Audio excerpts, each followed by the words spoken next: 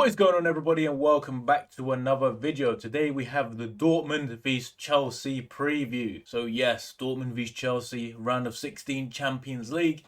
Big game for Chelsea, this one. To be honest, after recent results, I'm not as confident as I usually would be going into a game like this. But over the past few years in the Champions League, even when Chelsea have been shocking in the Premier League at times, the Champions League is the competition we've been shining in over the past few years. But I've seen it's been quite a tough week for some Chelsea fans for some reason. Obviously, the Fulham result, 0-0, was disappointing, but is what it is. The West Ham result, a lot of people are really disappointed with that, even though I think Chelsea played pretty well.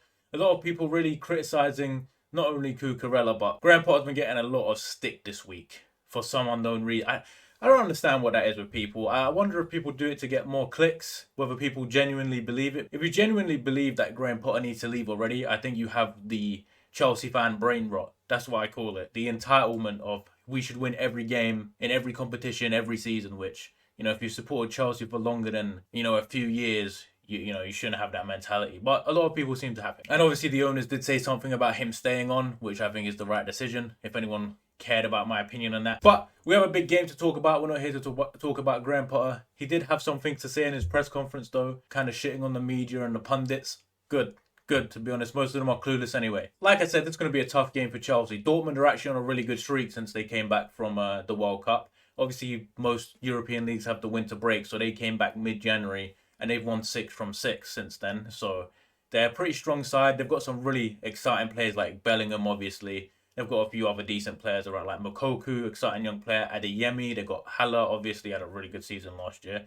And then Donyell Marlon, they got Brandt. They got some decent players in there. How do Chelsea win this game is what I want to know, and I think what a lot of people want to know.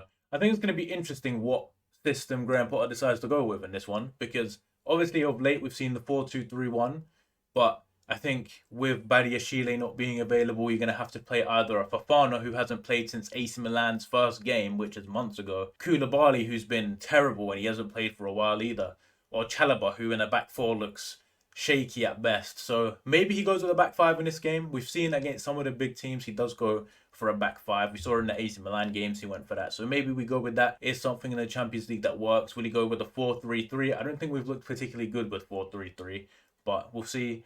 4-2-3-1 again. I'll get into the problems why 4-2-3-1 might not work. But do I think Chelsea can win it though? Of course, I think Chelsea can win. The reason I say that is at Dortmund.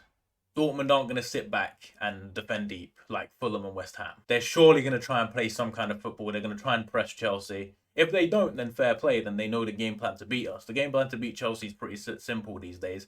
Sit everyone behind the ball and hope that, one of our players doesn't produce some individual brilliance to beat you. Do I think Dortmund will do that though? I don't. I think they have the players to play. They're at home. They'll try and play. They've got like one of the best atmospheres in Europe in terms of stadium. What I do worry about though is if Chelsea concede first, this could be bad for us, considering with the hostile atmosphere. You've seen when Chelsea seem to concede, the morale drops, bro. Everyone seems not to want to make a mistake. Sideways, backwards, and then in the end we end up conceding anyway. So I think it's one of those. If Chelsea score first, I think we easily win. If Dortmund score first, then it's a bit of a sticky one. I expect Chelsea to be better in this game. I really do. I expect Mudryk to have way more space. I expect Felix to have way more space because like I said, I don't expect Dortmund to be sitting all the way deep in their box, especially at home. I think Chelsea will win the tie overall, to be honest. I think it's similar to games we've had before. This Dortmund team, while they have good players, they are not that good. They are a decent side. They are not scary. We're going to get into the lineup, ladies and gentlemen. What do I think, or how do I think Chelsea will line up? So on this side, obviously, we have Dortmund's lineup.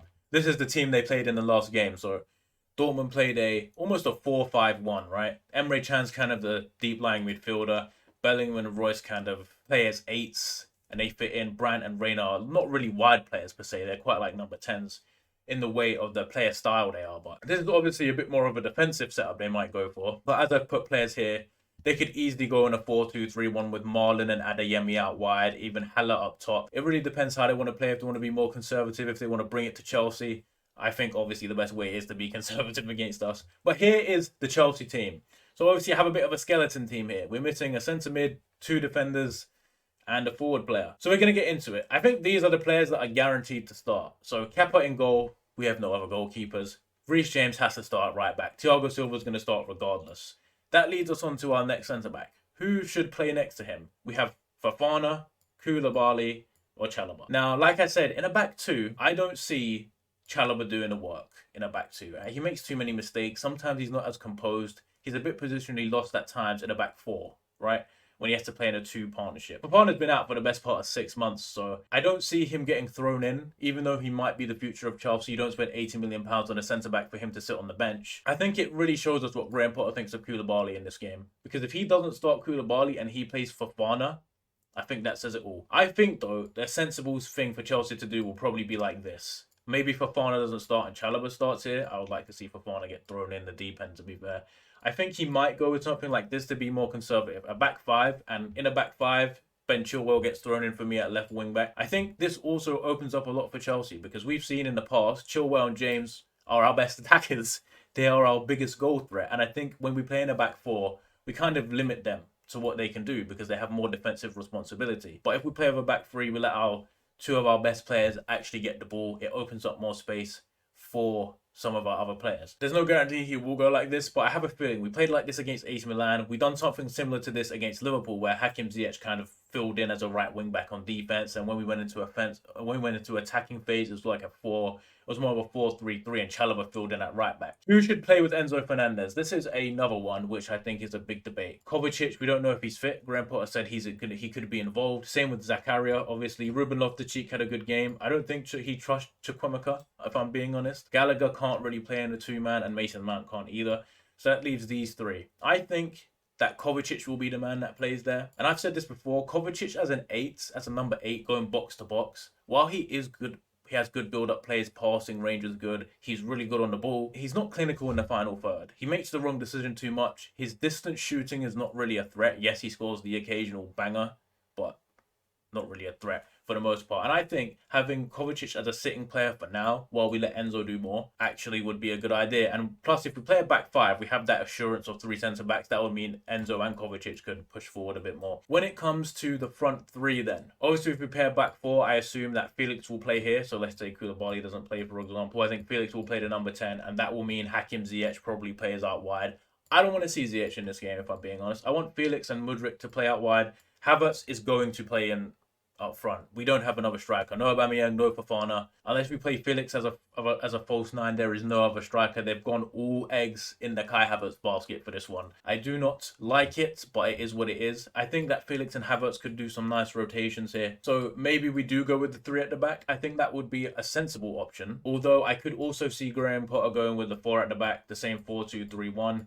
Your boy Felix goes here. Potentially a Mason Mount out here. I do think Mason Mount playing on the right side would be better than him playing as an 8. Because we saw when he played against Fulham, he was occupying Mudryk space way too much. Right? I think, though, when he comes in and he likes to come inside, and he comes into these spaces, that gets Reece James to overlap a lot. That's where Reece James is most dangerous. In this position, crossing the ball in. When Reece James is here, he's not so much of a threat, right? Because we saw with Madueke being out here against West Ham and Reece James occupying this, wasn't as threatening. So I think maybe Mount could play out there. I think obviously Hakim Ziyech could play out there. There's a chance Zakaria would be a nice partnership here.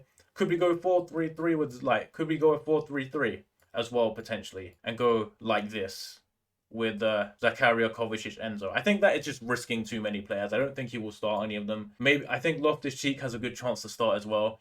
I think this is one of the hardest lineups to predict in terms of a Chelsea lineup because there's so many things we could do. I think in the West Ham game was pretty obvious how he had to play. But in this one, it's a toss-up. The lineup I would like to see, and I'm going to go with that, is the 5 back or the 3 at the back. Let's be honest, every 3 at the back is a 5 at the back. I'd like to see Fofana. Koulibaly has to play, right? I think he has to play. I think it will be a big statement for Graham Potter to boot him like that. And that gives Chilwell and Reece James just that more emphasis to go forward. And we can stretch Dortmund because Dortmund always play a back 4, right? And we can have Felix out wide. I know he's not his best out wide, but Mudryk, Havertz, I think that could be a very interesting team. But you guys let me know, what team would you play against Dortmund? Obviously, Dortmund have some dangerous players, but I am more confident than most. I see a lot of people saying that Dortmund could roll us over. I don't think that's going to happen. I don't think Dortmund are going to beat us 3-0. I don't think Dortmund are capable of that. They're a good team, but they're not a great team. They have some good young players, but let's remember, Emre Can was a failure at Liverpool, bro. Nicolas Soulé is a decent player. Schlotterbeck's a good player. Guerrero can't defend, you know.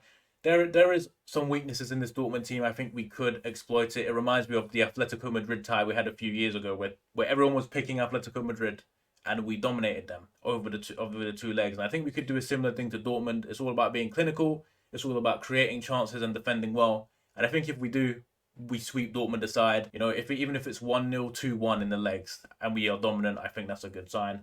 We've been good in the Champions League. Chelsea always show up, at least with this group of players they have. For the score prediction, I will go in this game. I don't see Chelsea conceding. I could see a 0-0. I could see a 1-1. I'm gonna go Chelsea win it. I'm gonna go 2-0 Chelsea. I feel like we're due some goals. I feel like Dortmund, while they are dangerous, Bellingham is dangerous and Moukoko is dangerous. We should win this. In fact, you know what? I'm giving us too much credit. 2-1, 2-1, 2-0, 2-1. I'm gonna go 2-0, bro. Fuck it, bro. I'm going all confidence in this one. I'm wearing the Chelsea shirt for a reason today. All confidence. You guys let me know your score prediction in the comments below. Who should start? Who should be benched? I know a lot of people have no love for Cucurella, but who should start? Who should be benched? You guys let me know in the comments, and I'll see you all in the next one.